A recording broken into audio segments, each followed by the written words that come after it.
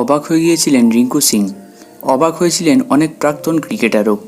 জাতীয় দলের জার্সিতে ধারাবাহিকভাবে ভালো খেলার পরেও ভারতের টি-20 বিশ্বকাপের টিমে জায়গা পাননি রিঙ্কু সিং।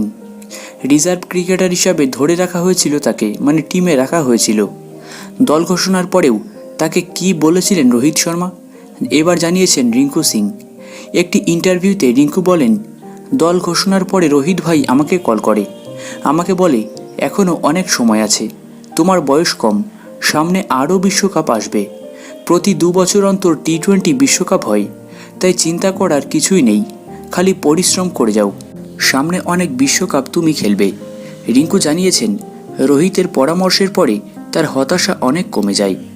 টি-20 বিশ্বকাপের আগে রোহিতের সঙ্গে একই সাজঘরে কাটানোর সময় সুযোগ পাননি রিঙ্কু। বিশ্বকাপের পরে কয়েকটি ম্যাচ খেলেছেন একসঙ্গে। রোহিতকে খুব বেশি কাছ থেকে না দেখলেও তার ক্যাপ্টেন্সির ভক্ত রিঙ্কু। বাঁহাতি ব্যাটসম্যান বলেন, রোহিত ভাইয়ের ক্যাপ্টেন্সি আমার খুব ভালো লাগে, বিরাট ভাইকেও ভালো লাগে। বিরাট ভাইয়ের আগ্রাসন অনেক বেশি, রোহিত ভাই শান্ত, আমিও শান্ত, ও যেভাবে টিমকে চালায় সেটা আমার খুবই ভালো লাগে।